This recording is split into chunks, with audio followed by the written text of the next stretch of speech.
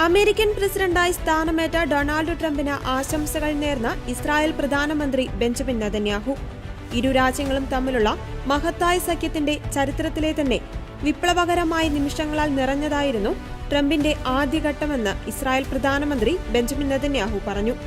അപകടകരമായ ഇറാൻ ആണവ കരാറിൽ നിന്ന് അമേരിക്ക പിന്മാറി.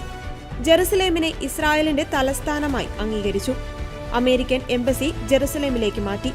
ഗോലാൻ കുന്നുകൾക്കുമേലുള്ള ഇസ്രായേലിന്റെ പരമാധികാരം അമേരിക്ക അംഗീകരിച്ചു. വീണ്ടും ഒരുമിച്ച് പ്രവർത്തിക്കുന്നത് US ഇസ്രായേൽ സഖ്യത്തെ കൂടുതൽ ഉയരത്തിലേക്ക് ഉയർത്തുമെന്ന് താൻ വിശ്വസിക്കുന്നതായും നെതന്യാഹു വ്യക്തമാക്കി. ഇസ്രായേലി ബന്ദികളെ മോചിപ്പിക്കുവാൻ സഹായിച്ച ട്രംപിന്റെ ശ്രമങ്ങൾക്കും നെതന്യാഹു നന്ദി അറിയിച്ചു. ബാക്കിയുള്ള ബന്ദികളെ തിരികെ കൊണ്ടുവരുവാനും ഹമാസിന്റെ സൈനിക ശേഷി നശിപ്പിക്കുവാനും ഗാസ ഇനി ഒരിക്കലും ഇസ്രായേലിന് ഭീഷണിയാകില്ലെന്ന് ഉറപ്പാക്കുവാനും അമേരിക്കയോടൊപ്പം ചേർന്ന് പ്രവർത്തിക്കുവാൻ താൻ ആഗ്രഹിക്കുന്നതായും നെതന്യാഹു പറഞ്ഞു.